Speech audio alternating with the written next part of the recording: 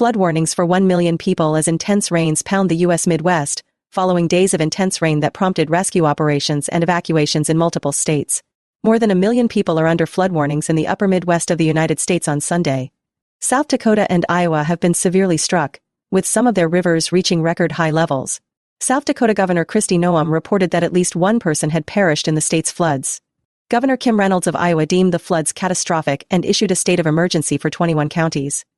Only the rooftops are visible in drone images that local authorities have shared, showing nearly entirely submerged houses and buildings. The water level gauge in the northeast Iowan community of Spencer was entirely buried.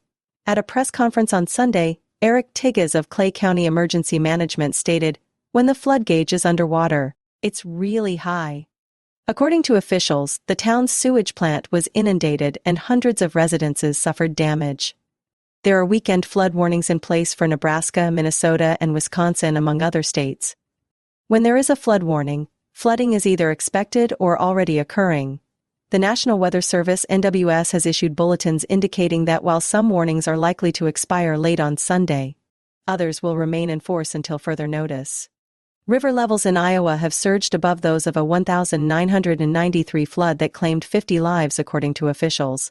This weekend, several places saw severe rains up to 18 inches, 45 centimeters.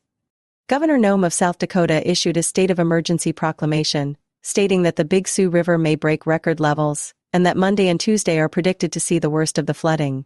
After the Rock River reached record levels on Saturday, around 4,000 people in Rock Valley, Iowa, which is located about 50 miles 80 kilometers southeast of Sioux Falls, were forced to leave their homes. According to City of Rock Valley officials, floodwater polluted the wells, leaving residents in the area without access to clean flowing water. Early on Saturday, the city experienced floods that left some people and animals stuck, necessitating helicopter rescue efforts. According to Iowa Governor Reynolds, about 250 water rescues have been carried out to date. "It's widespread and the devastation is severe," she said reporters on Sunday. A historic church in the Wisconsin community of Argyle was also destroyed by harsh weather, according to the parish there. Founded in 1893, the Apple Grove Lutheran Church was completely destroyed by a storm on a Saturday night. The strong storms coincide with a heat wave that has been plaguing sections of the U.S. for the past week, surpassing daily records in several locations. As of Sunday, there were more than 100 million people under a heat advisory. There will likely be a lot more alerts into early next week. The heat wave is expected to impact cities and towns from the Mid-Atlantic to the lower Mississippi Valley, all the way into the Great Basin in California. In certain areas, high summer temperatures are predicted to approach 100 Fahrenheit, 37 Celsius.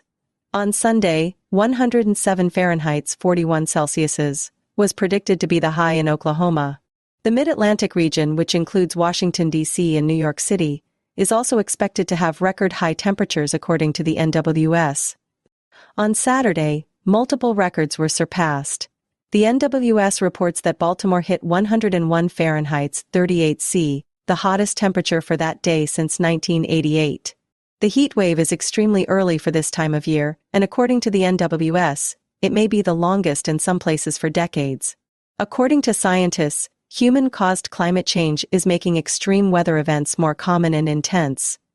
This change is being fueled by actions like burning fossil fuels and clearing forests. The Intergovernmental Panel on Climate Change, IPCC, the UN's climate body, claims that since 1950, heat waves have increased in frequency and intensity worldwide.